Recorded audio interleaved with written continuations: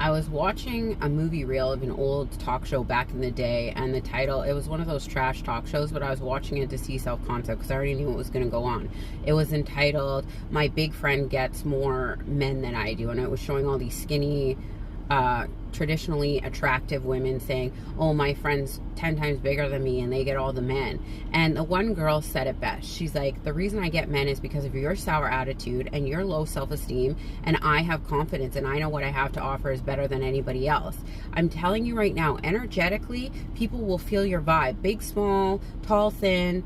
If you go into a situation with SP whatever and you have a needy energy, that is felt by the other person. If you're constantly checking Facebook or you're doing all the things, the affirmations of this and that, but you're constantly looking beside you going, they're not here yet, they're not here yet.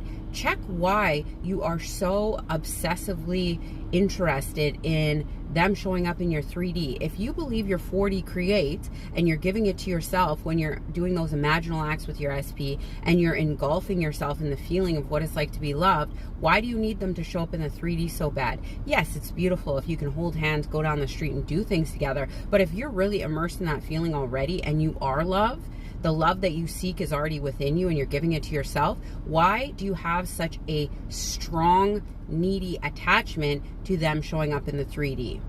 They will show up in the 3D when you start prioritizing yourself, when you put yourself on the pedestal and you realize out of all the billions of people on the planet, you've selected this one person to get your attention. They should be so lucky. So have that energy going through the day. When you're about to complain and play victim to the 3D, my SP's not here, but what narrative is that coming from? What state is that coming from? Is a person who's loved and chosen and knows that to their deep core gonna stand around talking to everybody and their uncle about how their SP's not here and how they're not choosing them and how they've been doing it for this long and they're not showing up? A chosen loved person is going to go throughout their day with bliss because they know that no matter what happens, at the end of the day, you are with your SP already because you're in a chosen, cherished love relationship. Everything that you do throughout the day for whatever it is that you're manifesting, when that desire comes into your mind, ask yourself, am I looking at this from the person who has and who is this desire, or am I looking at it from the place where it's not here yet and I'm constantly affirming because it's not here yet?